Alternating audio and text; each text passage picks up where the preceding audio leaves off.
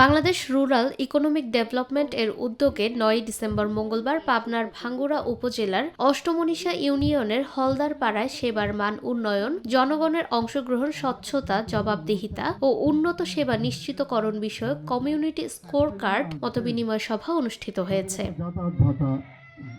অনুষ্ঠানের শুরুতে শুভেচ্ছা বক্তব্য রাখেন ব্রেডের প্রোগ্রাম সমন্বয়ক আশিকুর রহমান। অতিথি হিসেবে উপস্থিত ছিলেন অষ্টমনীষা ইউনিয়ন পরিষদের চেয়ারম্যান মোসাম্মদ সুলতানা জাহান বকুল, ভাঙ্গুয়া উপজেলা যুব উন্নয়ন কর্মকর্তা মোহাম্মদ শামীম হাসান, সহকারী যুব উন্নয়ন কর্মকর্তা নাহিদ হাসান, ইউপি সদস্য মজির হোসেন সহ স্থানীয় জনপ্রতিনিধি ও গণ্যমান্য ব্যক্তিবর্গ। লেখাপড়ার পাশাপাশি আমাদের কম্পিউটার প্রশিক্ষণের ব্যবস্থাটা করলে ভালো হবে। আমাদের যদি একটা দর্জির প্রশিক্ষণটা হতো আমাদের ভালো হতো।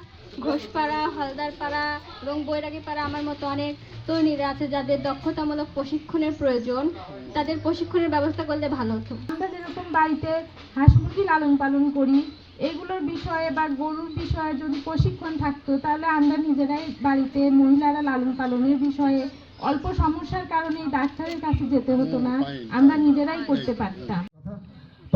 মতবিনিময় সভায় ভাঙ্গুয়া উপজেলা যুব উন্নয়ন অধিদপ্তরের সাথে অষ্টমনীষা ইউনিয়নের কমিউনিটির দ্বারা তাদের কাজের মূল্যায়ন ও আত্মমূল্যায়নের বিস্তারিত আলোচনা হয়। মূল্যায়নের পরে সেবা গ্রহীতা ও সেবা প্রদানকারীদের সর্বজন গ্রহণযোগ্য কর্ম পরিকল্পনা তৈরি করা হয়। এদের এই যে অংশগুলো বাদ যাচ্ছে, এদেরকে কিভাবে ভালোভাবে প্রশিক্ষণ দিয়ে কাজে লাগানো যায় এবং দক্ষ জনশক্তি হিসাবে গড়ে তোলা যায়। নিরপেক্ষ, সত্য প্রকাশে আপোষহীন।